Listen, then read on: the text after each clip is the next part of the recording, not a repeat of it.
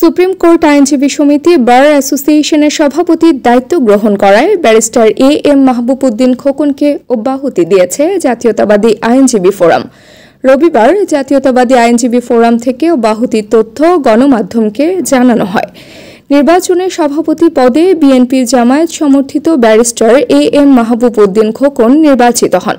অন্যদিকে সম্পাদক পদে আওয়ামী লীগ তথা সরকার সমর্থিত বঙ্গবন্ধু আওয়ামী আইনজীবী পরিষদ সাদা প্যানেল থেকে অ্যাডভোকেট শাহ মঞ্জুরুল হক নির্বাচিত হন।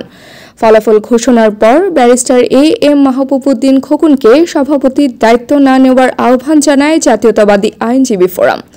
গত ২৭ মার্চ ফোরামের কেন্দ্রীয় কমিটির সভাপতি সিনিয়র আইনজীবী ও সাবেক attorney general J Mohammad Ali ও মহাসচিব ব্যারিস্টার কায়সার কামাল সই করা চিঠিতে এ আহ্বান জানানো হয়।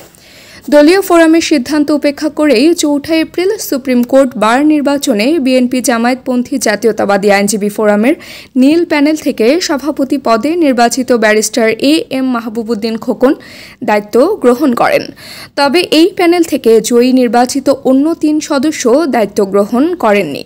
নির্বাচনের সম্পাদক, ২ সহ-সভাপতি, ২ সহ-সাধারণ সম্পাদক, কোষাধ্যক্ষ ও সদস্য পদে আওয়ামী লীগ সমর্থিত বঙ্গবন্ধু আওয়ামী আইনজীবী পরিষদ তথা সাদা প্যানেলের ১০ জন প্রার্থী বিজয়ী হয়েছেন।